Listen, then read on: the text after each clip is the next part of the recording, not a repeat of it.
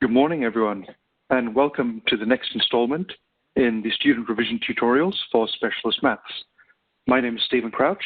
I'm a teacher at Frankston High School, and today we're going to be doing vectors, the first part of vectors part 1. Okay, so in today's session, we're going to be looking at a few things regarding the initial components of vectors. So we're going to first review vectors, especially how to actually input them on the calculator. We're then going to look at some simple vector operations such as addition, subtraction, and multiplication by a scalar. We're then going to look at the magnitude of vectors as well as unit vectors. We are then going to review the dot product, or some may know the scalar product, which then leads into finding the angle between vectors as well as the perpendicularity of vectors. Throughout this session, we will be also looking at strategies on how we can use CAS to solve exam-style questions. Okay, so looking at where we're going. So let's first of all look at how vector addition and subtraction works, just as a quick recap on some of the knowledge that we've learned in class. So if you have a vector A and vector B, and when you add them together, what really happens is you place the tail of vector B onto the head of vector A, and the vector A plus B, which is the vector sum, starts at the tail of A and ends at the head of B. And as you can see, I can move vector B around, I can move vector A around, and vector A plus B basically changes in reflection of that. What if we wanted to subtract two vectors? Let's say you have vector A and you wanted to subtract vector C from it. The best way to do that is to reverse the direction of vector C. So I've reversed vector C, so it now starts at the head of A and ends at this particular point. It's now negative C. So if I wanted to add A and negative C together, in other words, I want to subtract A and C, I now have A minus C there. And in a similar way, I can drag these points around, and I have vector A minus vector C. Okay, moving on to the next part, we've got scalar multiplication. So yeah, we've got vector A, it's starting at a particular point and it's ending at another point, just a usual regular vector. What if I wanted to make this vector twice its length and in the same direction? Well, I simply have to multiply that vector by 2. So this vector, which is now 2A, starts at the same point and is now twice the length. Of course, I can change a vector around as long as the vector does not start and end at a fixed certain point, such as OA or OB and that sort of thing. I just have a simple vector A over there, which is just a magnitude and a direction. I can drag it around, and vector 2A will, of course, maintain double the length and the same direction. In a similar fashion, vector 3A would be the same thing. It would be twice the length of vector A and in the same direction. Well, you might be asking now, what happens if you want the vector to be in the opposite direction? Well, you simply need to multiply your vector by a negative number. So as a very simple example, this is vector negative A. So vector negative A is the exact same length or magnitude as vector A. It just points in the opposite direction. And the same rules as before apply. I can multiply this vector by 2 and get neg 2A and neg 3A and so on and so forth. Okay, so now moving on from those basic concepts, we're now going to look at magnitude and unit vectors. So the magnitude of a vector is simply the size of that vector. Now, using the calculator, we have to use what we call the norm command. We've used the norm command by pressing menu 771 in a calculator page. Likewise, if you want to get the unit vector, as we know, the unit vector of any vector is simply a vector in the same direction and of unit size. In other words, the size of exactly 1 unit.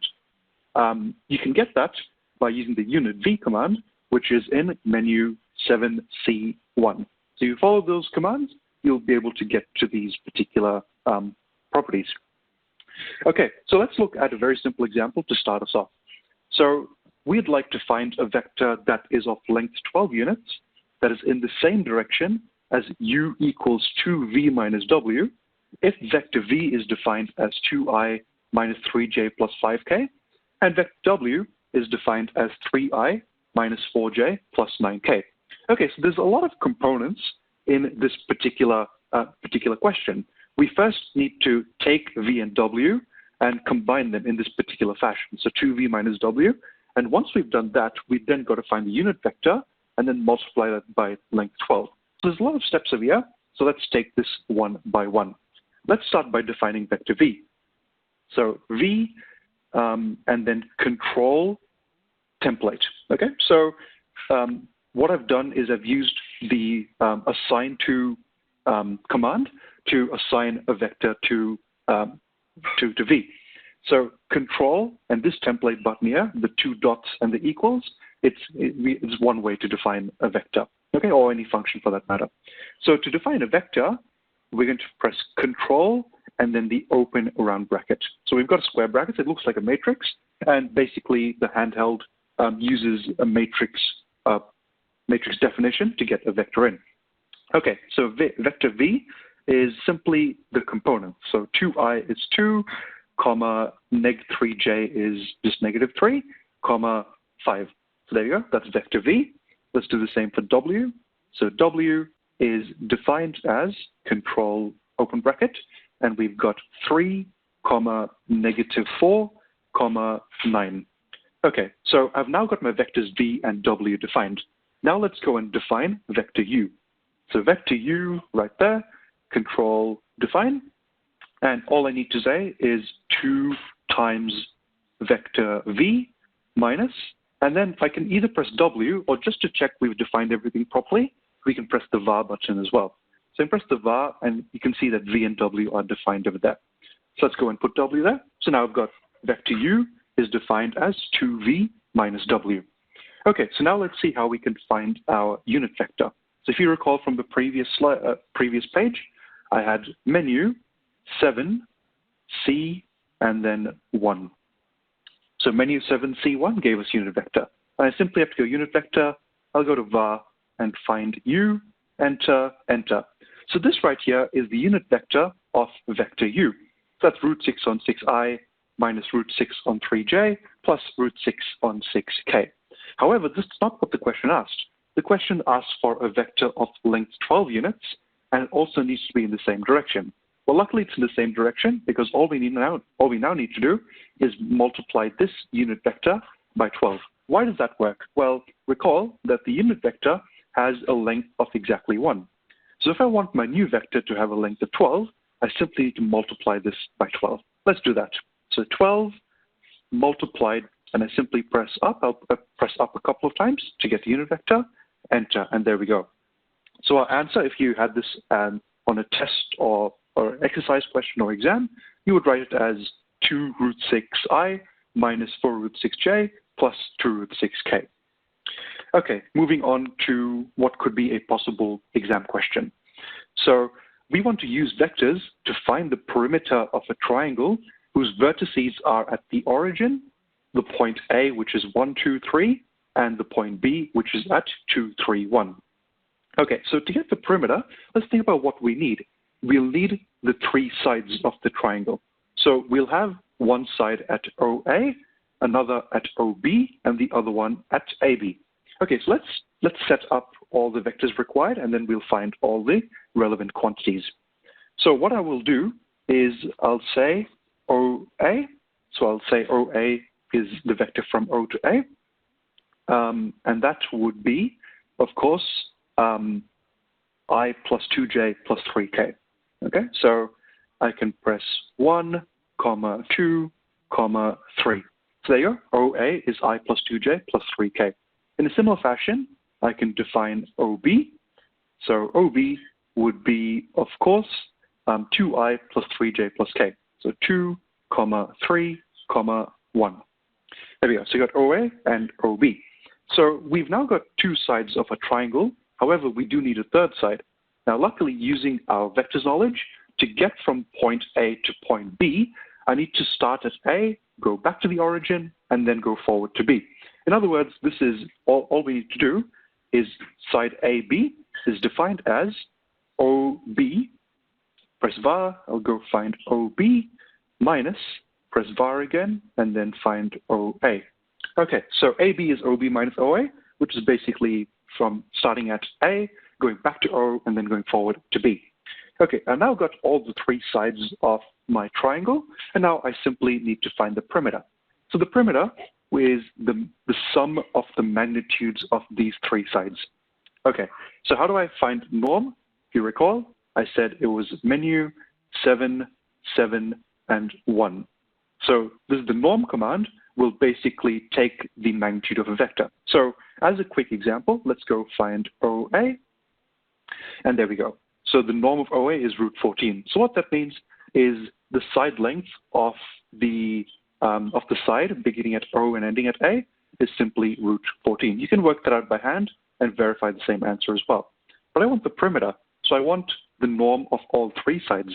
So how we can do that is I'll just go and press up a couple of times and get norm OA, and then press plus, and now let's repeat this twice more.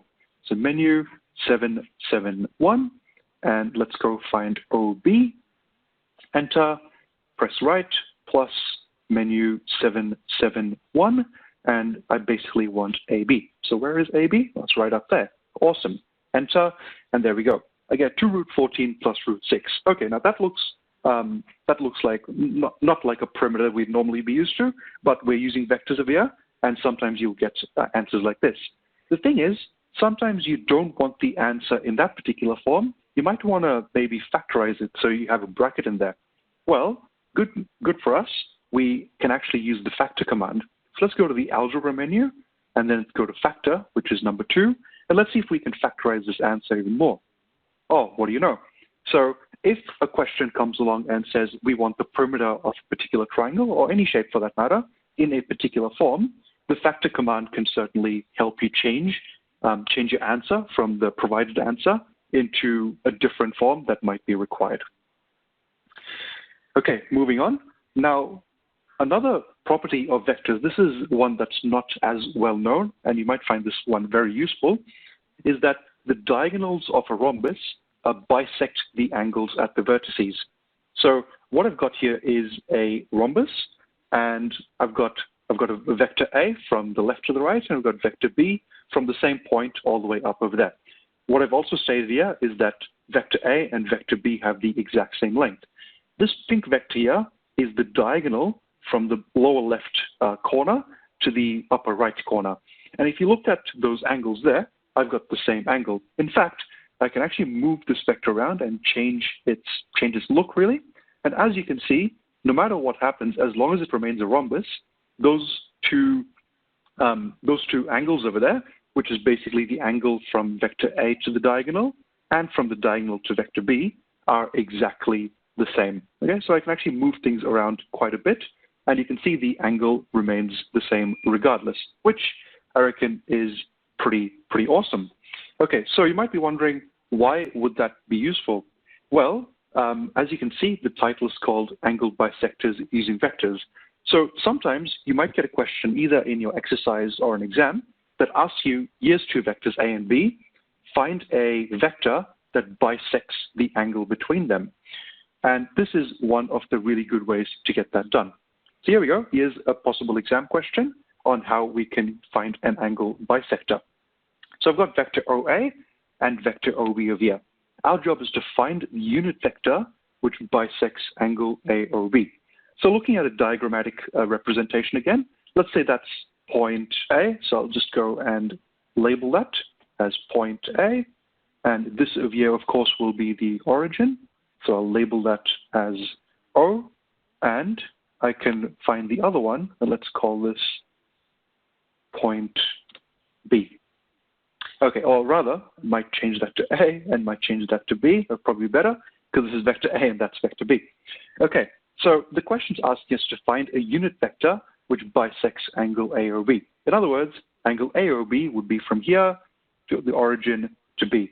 So basically, we want to find a unit vector which is in the same direction as this pink vector over here.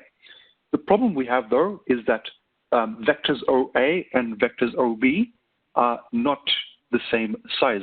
Okay, so just to verify that, let's go and define OA. So OA, I'll define that as, where we go? So 1, -2, comma, -2. Let's define vector OB similarly. So OB, control define, and then control that, 2, comma, 3, comma, -6. Enter. Okay, so I've got my vector OA and vector OB. Let's go and find the size of these vectors. So menu 7, 7, 1, norm, and let's go for vector OA.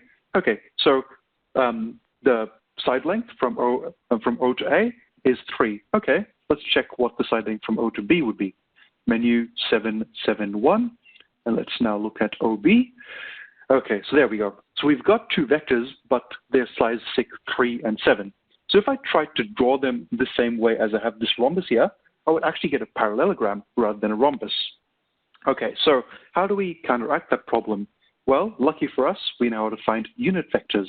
So if we take the unit vector of OA and the unit vector of OB, we will effectively shrink these back down to 1. And then when you add those two unit vectors together, you will effectively get this diagram.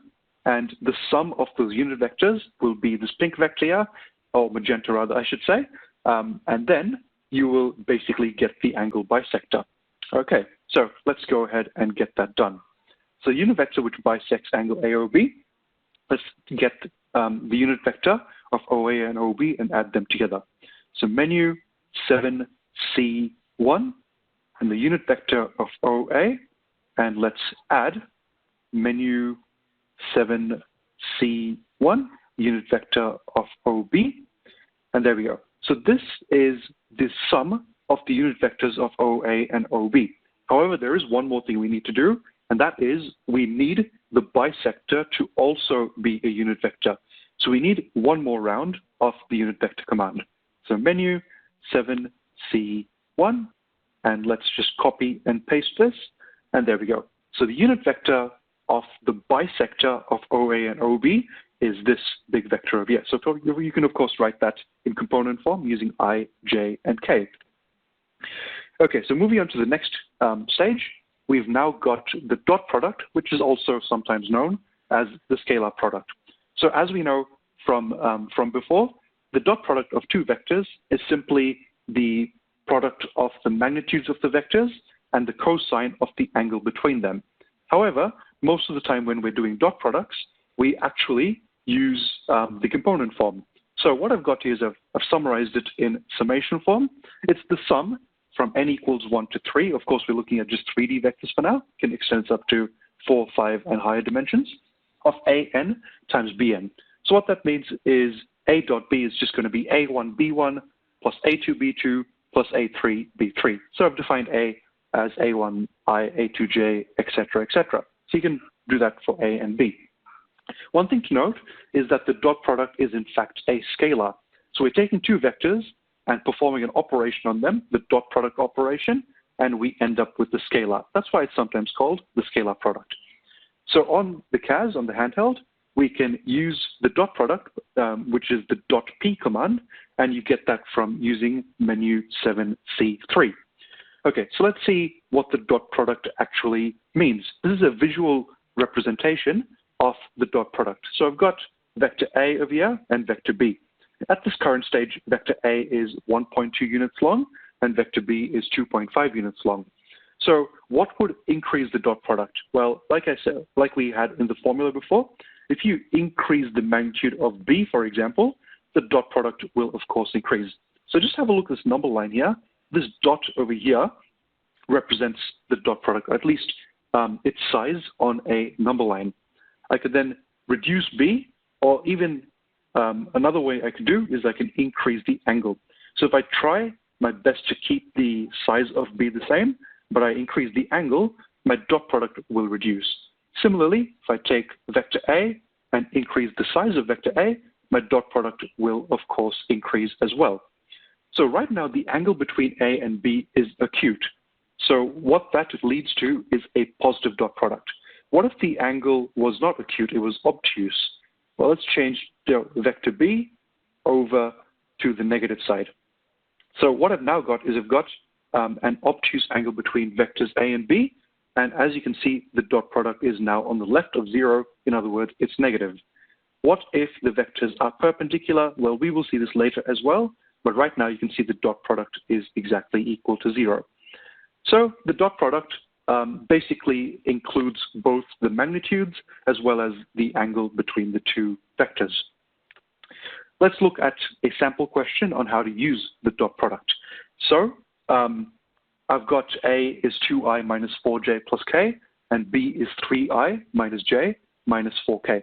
So our job is to use find A dot B, and then use that to find the angle correct to the nearest minute between the vectors A and B. So let's go and define these vectors first of all. So control define, control there. So 2, negative 4, 1. Let's define vector B as well. So vector B is 3, negative 1, negative 4. Okay, so I've got my two vectors over here. Let's go find the dot product. Menu 7C3 gets us the dot product, and I simply have to go var A, var, and then B. So the syntax for dot P is simply dot P, and then the first vector, the second vector. Enter, and we have a dot product of 6. Okay, so we've found A dot B. Now let's find the angle correct to the nearest minute. So to find the angle, we're going to use this formula here, which is A dot B equals magnitude A, magnitude B cos theta. Simply divide through by the product of the magnitudes of A and B. So we'll take A dot B, which we already have, and simply divide by the product of the norms of A and B. So let's start up a fraction, and on the top I've got the dot product, so I just copied and pasted that, and on the bottom let's do the norms. Menu 771, norm A, and then multiply that by menu 771, norm var, let's go to B, enter, there we go. So this is basically the ratio of the dot product to the product of the magnitudes. Now we simply need to take the inverse cos. Let's go to the trig menu, let's choose inverse cos, press up to select that, but before we hit enter, recall we need the answer to the nearest minute. So we need to use the DMS command. To use the DMS command, I'm going to press the catalog, which is the book icon there. I'm going to go to number 1 over there, which is basically a catalog of all the different commands, and then have DMS there. Now you may be, for example, on A or ABS or any other different command over there. To get to DMS, I reckon the easiest way to do it is to press E. Oh, whoa. Let's press D first, then press down a couple of times or a few times, and finally end up with DMS. Enter, and we want the nearest minute, so approximate is fine. Control, enter. So the answer to the angle between those two vectors is 75 degrees and 7 minutes. Okay, so now let's look at a possible exam question on how we can use the dot product in a further capacity. So I've got theta being the angle between two vectors u and v, and our job is to calculate the exact value of sine 2 theta. Okay, so first things first, maybe let's look at what we might need in terms of getting sine 2 theta. So as we know, sine 2 theta, I'll just write a quick comment over here. Sine of 2 theta is simply 2 sine theta times cos of theta. So that's the double angle formula for sine. So what that means is in order to get the value of sine 2 theta, we'll need sine theta and we'll need cos theta as well. Okay, so we can get cos theta using our dot product formula, and then we'll use the Pythagorean identity in reverse to get the value of sine and take it from there. Okay, so let's get cos theta. First of all, I'll define the vectors. So u is defined as 1, 2, 3, and v is defined as 2, 3, negative 1. Okay, so let's do it in one shot. Let's get the dot product of this divided by the product of the magnitudes. So menu 7C3 gets the dot product u, v over menu 771 norm u times menu 771 norm v. There we go. So that is the value of cos theta. Now, as you can see, it's positive, which means our angle is acute. When the angle is acute, the value of sine of that same angle will be positive. So we're going to take the positive square root of 1 minus cos squared. So 1 minus 5/14 squared. So just as a recap, I'm using the Pythagorean identity. So sine theta is the square root of 1 minus cos squared of theta. So this is cos theta, this is sine theta. So the value of sine 2 theta would be 2 times sine theta, which is this, multiplied by cos. And there we go, 15√19/98 is the value of sine 2 theta when we've got this particular scenario. Okay, so we're going to move to the final bit of our session today. We're going to look at the perpendicularity of vectors. So as you might have learned in class already, two vectors are perpendicular, both of them being non-zero, if the dot product of those two vectors is equal to 0. So again, over here, I've got two vectors A and B, and as you can see, if I change the magnitudes of A and B, it doesn't really matter. As long as the two vectors are exactly at right angles to each other, they're orthogonal to each other, in other words, our dot product is equal to 0, and that basically implies each other. So that's the perpendicularity of vectors. So how can we use dot products to prove perpendicularity? So we've got a problem over here where we've got 3 vertices comprised of the origin and 2 others, and our job is to verify that the triangle OAB is right angled with the angle at the origin being 90 degrees. So to find the angle at the origin, I simply need the vectors emanating from O. So let's define our vector OA. So OA would be defined as vector 3i plus 2j. Similar way, vector OB will be defined as 6i minus 9j. And if I want to find the dot product of these two, let's simply go find that. Menu 7C3, dot product, var OA, comma, var OB, enter, and there we go. So the angle between vectors OA and OB is 0. So that proves that we've got a right angle at the origin.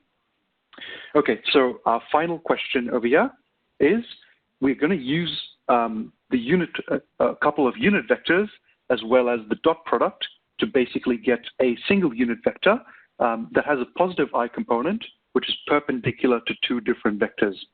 Okay, so before we get started, let's define our vectors first. So A is defined as 3, 2, 2, so 3i plus 2j plus 2k. Vector B is defined as I plus 2j minus 2k. Probably should put a vector around that. Control there. There we go. So I've got vector A and vector B. Okay, so I need a vector that's perpendicular to A plus B and A minus B. So what I'll do is I'll define a new vector C, which is going to be A plus B. So that's vector C. Let's define vector D similarly as A minus B. There we go. So I've got vector C and I've got vector D. So let's call our unit vector, I'll call it U, and define it with some unknown components. In other words, X, comma, Y, comma, Z. So I've got my unit vector here. So this is the vector we are looking for. Okay, so what do we know? We want this unit vector to be perpendicular to C. We want it to be perpendicular to D, but we also want the magnitude of it to equal 1. In other words, we need to solve a set of simultaneous equations. So to do that, I'm going to go to menu, 3 for algebra, 7 for solve system, and then 1 for solve system of equations. I've got 3 different variables, and the variables are x, y, z. Okay, so what do we first need? We need the dot product, menu 7C3, the dot product of U and C to equal 0. That's the first one. You need a unit vector and C, which is A plus B, to be 0. Likewise, menu 7C3, dot product of U and D. We want that to also equal 0. the unit vector is perpendicular to both C and D. And finally, menu 771, the norm. We want the magnitude of this unit vector to equal 1. Okay, so before I hit enter, I'm going to quickly say that we want a positive I component. In other words, we want X to be greater than 0. So control equal, let's go left for given, and then X is greater than 0. Enter. So there we go. So the unit vector that has a positive I component perpendicular to these two vectors is 2/3 I minus 2/3 J minus 1/3 K. That's it for this session. Thank you very much for tuning in. Hopefully you've learned something useful from this. Now, before you go, I will say that there is a question sheet where you will get to practice all these different concepts using what I've taught you in this webinar. And as part of that, there will be fully worked solutions and this TNS file, so you can see all that I've done over there. Thanks very much for tuning in.